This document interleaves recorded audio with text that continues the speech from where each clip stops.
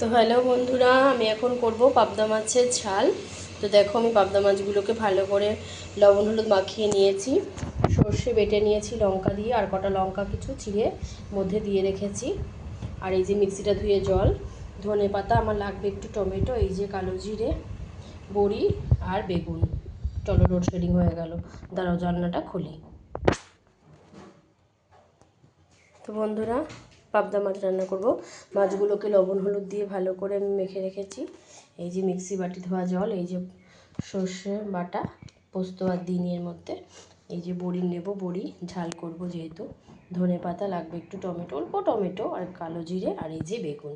এই দিয়ে করব আমি হচ্ছে পাবদা মাছের ঝাল। এই দেখো, কিচেন ক্যাবিনেটটা খুবই ছোট। এই যে এদিকে আমার সব এইসব থাকে, বুঝেছো তো।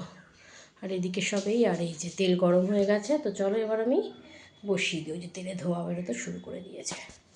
তো চলো, ধোয়া একটু বেরোক। দেখো, ধোয়াটা দেখতেও ভাল লাগে। ধোয়া বেরোনো শুরু করে দিয়েছে। তো চলো বন্ধুরা, টাটা। বাইরের এই যে পরিবেশ, আমি রান্না করতে করতে যে সবেদা গাছে সবেদা হয়েছে, তো ওনাকে দেখাতে পাচ্ছি। দাঁড়াও, কোথায় গেল সবেদাটা? এই যে কোথায় কোথায় কোথায় কোথায় কোথায় ধরতে পারছি না। এই যে সবেদা গাছে সবেদা।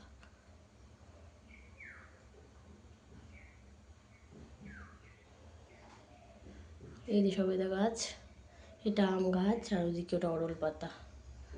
অরলের গাছ অনেকেই চেনে, ওই যে অরল পাতা গাছ। তো চলো, এই যে তেলে ধোয়া ভালো উঠে গেছে। এবার আমি এক এক করে মাছটা দিয়ে দেবো এর মধ্যে।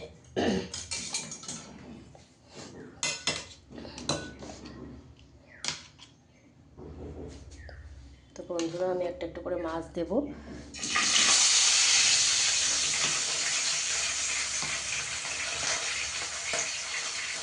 আমার তো ভীষণই ভয় লাগে, সব ফেটে উঠে গাড়ি একটু।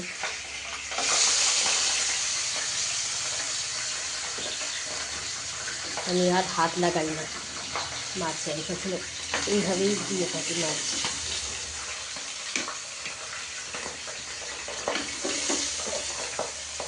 চলো, আমি চারটে দিয়ে দিলাম, তেলটা একটু দিকেও করে দিই।